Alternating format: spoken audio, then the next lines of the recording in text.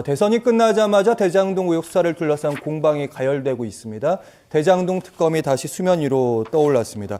여야 모두 대장동 특검은 반드시 해야 된다. 민주당에서는요, 이렇게 얘기합니다. 두 당의 특검안이 다른데 특히 수사 대상부터 살펴보면 민주당은 부산저축은행의 불법 대출 과정과 이 문단만 보면 이제 윤 당선인에 대한 얘기를 하고 있는 거고요. 국민의힘 같은 경우는 이재명 후보의 대장동 개발 관련 특혜 제공 및 연루 등 진상규명. 이재명이라는 이름이 들어가 있는 거 보면 누구를 겨냥하고 있는지 확실히 보여지는 좀 측면이 있는데 일단 수사 대상이라도 좀 접점을 찾으면 안 되나 하는 의견도 좀 있습니다.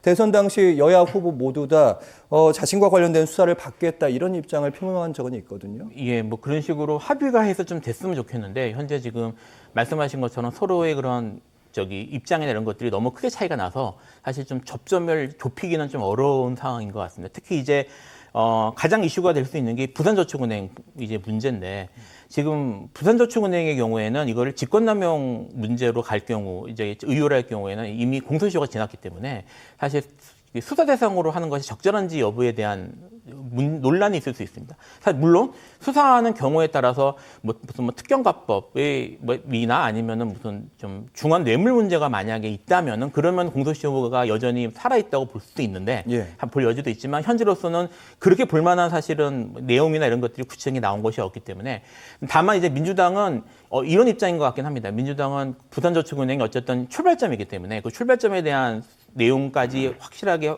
파헤치지 않으면 제대로 된 진상규명이 어렵다는 입장인 것 같고요. 다만 이제 그리고 이제 반면에 그 국민의힘 쪽에서는 이거를 이제 그 현재 당선자를 보호해야 될 필요도 있고 그 다음에 어쨌든 명분은 공소시효가 지난 부분이기 때문에 그 부분을 일단 쳐내고 나서 수사하는 게 맞다는 입장이 지금 팽팽하게 맞서고 있어서 정책 타협점을 찾기는 현재로서는 쉽지 않을 것 같습니다. 네, 서정욱 변호사님. 그러니까 한쪽은 이제 윤석열 당선인을 얘기하고 있고 한쪽은 이재명 후보 얘기를 하고 있는데 그러면 두 후보다 다 특검 법안에 넣어서 밝힐 건 그대로 밝히면 되는 거 아닐까요? 근데 그게 말이 안 되는 게요. 민주당 안에 그 수사 대상 6개 중에 5개가 부산저축은행 관련되는 거예요. 이게 대장동 특검법입니까? 윤석열 특검법입니까? 근데 특검도 검찰이죠. 검찰이라는 건 이게 기소해서 처벌할 수 있는 가능성이 있을 때, 그 다음에 범죄의 객관적 상당한 혐의가 있을 때 하는 게 특검이죠. 근데 조금 전에 김필성 변호사도 말했지만 윤석열 당시 검사가 브로커에게 그 10억 3천 받은 게 브로커를 커피 한 잔 태워주고 부실하게 수사를 했다. 자, 그걸 다 인정하면, 그걸 다 인정하면 이게 부실 수사라는 게 직무유기, 뭐 경우에 따라 직권남용, 전부 이게 공소시효가 길어봤자 7년입니다. 유일하게 공소시효 15년 남으려면 윤석열 검사가 그 당시에 뇌물을 뭐 수십억 받고 수사를 봐줬다. 이런 게 객관적 혐의가 나와야 되잖아요. 근데 이게 막연하게 뇌물을 수십억 얼마 받은지 50억 받았는지 100억 받은지 모르고 무조건 이게 10몇 년 지나 다 처벌 가능성도 없는 걸 다 털자. 이런 특검은 윤석열을 떠나서도 이런 특검 하면 안 돼요. 범죄 혐의가 있어야 되잖아요. 그 다음에 두 번째 또 현직 대통령은 내란죄, 외환죄 빼고는 형사소추 특권이 있잖아요. 근데 어떻게 이런 죄로 기소도 못할 걸 5년 동안 특검이 이게 되는 겁니까? 이건 말이 안 되는 거잖아요. 따라서 저는 마지막으로 국민들이 진짜 관심 있는 게 뭐예요? 국민들이 윤석열 후보가 그때 브로커 10억 왜 구속 안 하고 커피 한 잔 타줬을까? 이게 관심이 있어가 놓은 게 아니잖아요. 대장동에 천화동인 1호에 그 1,200~300억 배당금이 그분은 누구일까? 왜 그때 초과이익은 빼가지고 민간업자가 1조 이상 말도 안 되는 게 폭리를 취했을까? 이것 때문에 궁금해 놓은 거 아닙니까? 그럼 이게 주가 돼야 되는 거예요. 따라서 저는 지금 이게 그 특검을 한다면 주는 이게 대장동의 인허가 과정 뇌물, 그거 더 나아가면 이게 50억 클럽 이 정도가 돼야지 윤석열까지 하는 거는 바로 이게 어떤 언론에서는 농계 작전을 하는데 농계가 아니고 물귀신 작전이에요. 같이 이게 끌어들여서 대충 물타기 해서 둘 다 없애버리지. 그냥 이게 무의미하자. 이런 전략이 저는 불가하다 봐요.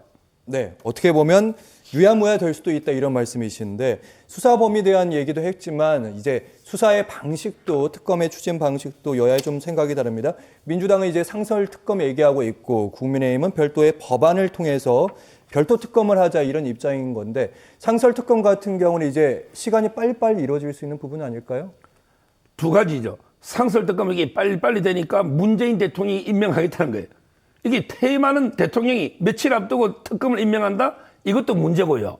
상설 특검은 7명의 위원이 있거든요. 그러면 이게 여야가 2명씩 하면 민주당이 2명이죠.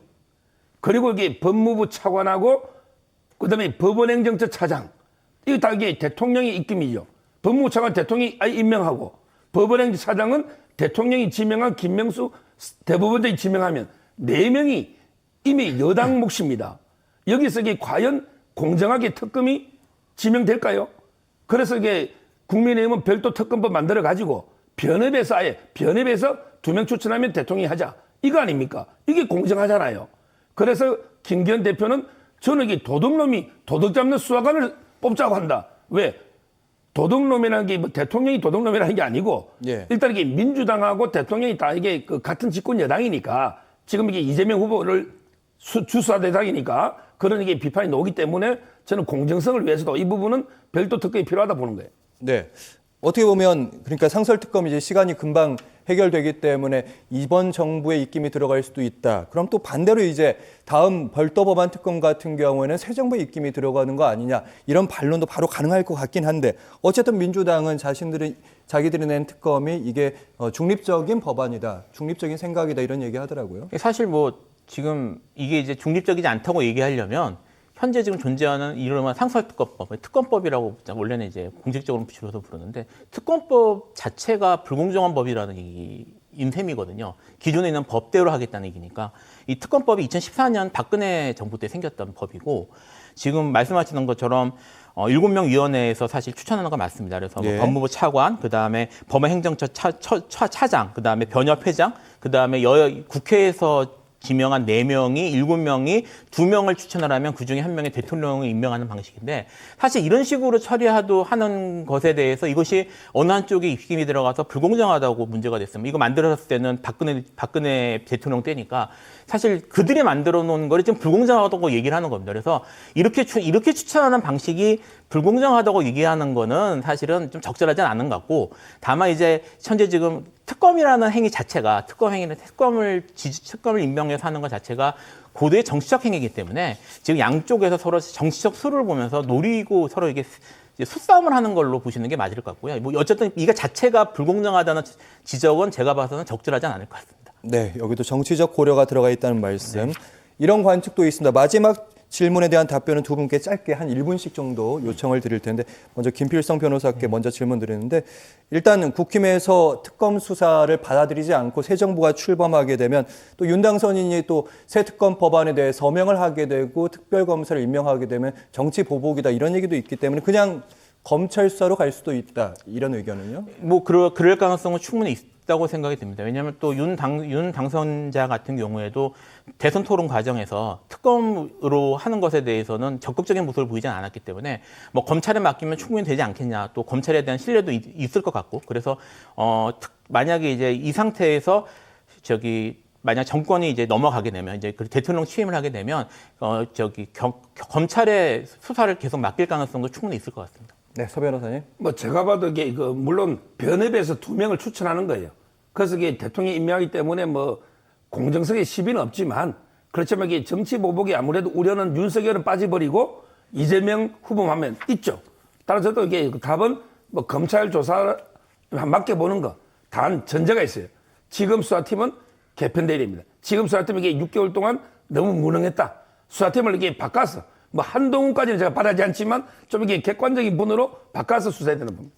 네, 불가능한 시나리오는 아니다. 서정욱 변호사, 김필성 변호사와 함께했습니다. 말씀 잘 들었습니다. 고맙습니다.